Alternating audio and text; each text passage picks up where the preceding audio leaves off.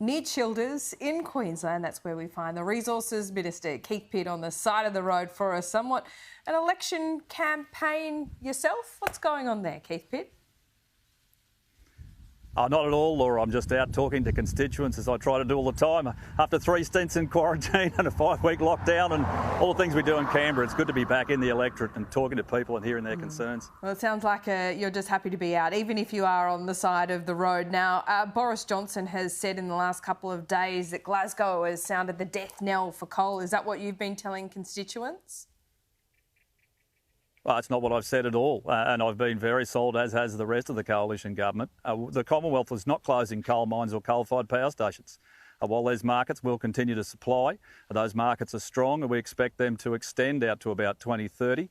The price for thermal coal and met coal, in fact, is very, very high, and it's been very successful and people want our product. So Boris Johnson's wrong? Oh, well, look, I'll let Boris worry about what happens in the UK. I'll worry about what happens in Australia and what happens with the resources sector in the water part of the portfolio. That's my job.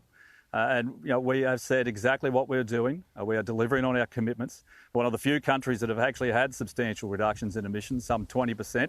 Been plenty of talk from others, but not much delivery. Well, we've seen from Glasgow, certainly the statement around coal was watered down, but I mean, this is a global agreement, one that Australia was part of. What does it say about the future of coal? Well, we believe the future of coal is very strong. The forecasts and modelling that I have say that there'll be extensions. In fact, there'll be even more demand out to about 2030. We expect that to taper off peak by 2050 by 20% plus. But Australia's coal is super high quality. It's why people want it. We'll be in the market for decades to come. That might be true, but doesn't the government's own modelling predict a sharp decline in the next 30 years? Well, what other nations do in terms of their commitment is up to them, Laura. No, I'm talking but we about, have a very, I'm talking very about strong your resources government's sector. modelling. Oh, well, we've made our commitments. That modelling is public. People know exactly where we stand, unlike the opposition. I just heard Dan Andrews talking about each way. I thought he was talking about Mr Albanese, but he wasn't. And once again, we are very, very clear in what we're doing. We have a demonstrated track record of delivery. We stand by that record. But your government, which you're a part of, own modelling says coal is on the decline. Over the next 30 years, it will halve. So where's your honesty with the constituents that you're talking to? Oh, well, my discussion is based on fact. Australia is just 4% of the world's thermal coal production. It's an important 4% for our economy and the people that rely on that sector for a job. As I've said, the quality of our coal, the calorific value, the fact that it's generally low ash, and when it comes to met coal, there's nothing better in the world than Australia's metallurgical coal for making steel. So our expectation is demand will continue and we'll continue to supply those markets. Sure, but Mr Pitt, the government's own documents, its own policies say that coal is going to decline by 50%. Is that correct? Oh, firstly, Laura, Mr Pitt's my father. But the reality here is very, very straightforward. What other countries do is a matter for them. I mean, the production in the US, for example, in terms of domestic production, is much higher than Australia's total. There's a couple of billion tonnes in China. We are just 4% of the world's thermal coal market, but our quality is so high that demand will continue. Now, there are very few businesses that have longevity of decades in advance and into the future.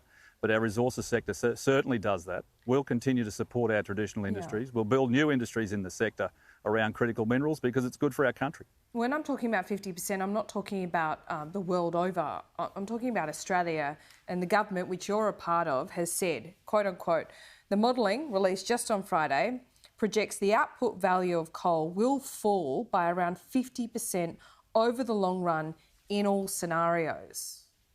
Is that not right? Oh, well, once again, there are a number of assumptions in modelling. Certainly that's something put together by my department in consultation with the Minister for Emissions Reduction. There's also modelling from the International Energy Agency that says it won't quite be that much.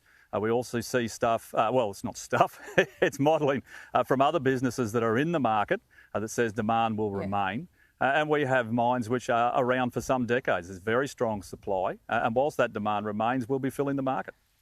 This modelling was released on Friday by the Prime Minister and Angus Taylor. It's the most recent modelling we have, and it's after the Glasgow summit, and it is after the policies that have been put forward by you and the Morrison government. So 3 days on or 4 days on, are you saying that modelling's not correct?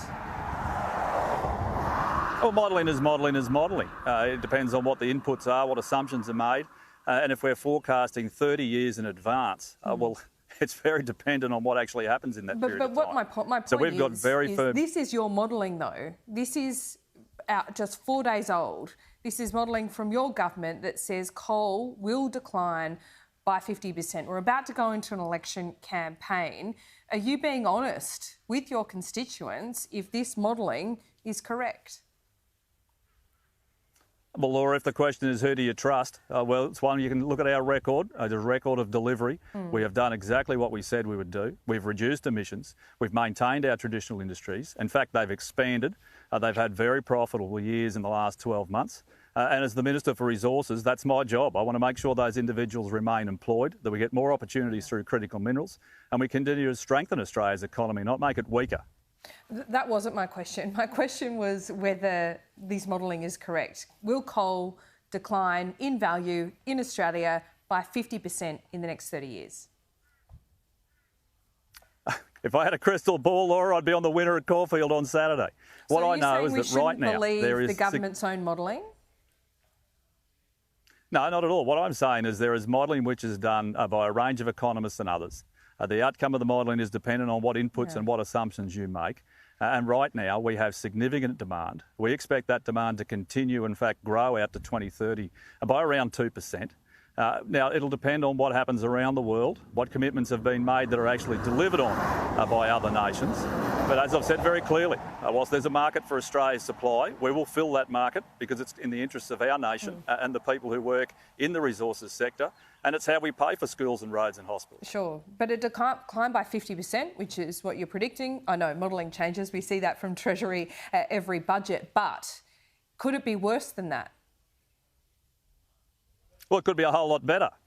What I'm ensuring is that we continue to meet our demand. We are incredibly important in terms of the world's energy supply for places like Japan and South Korea and others.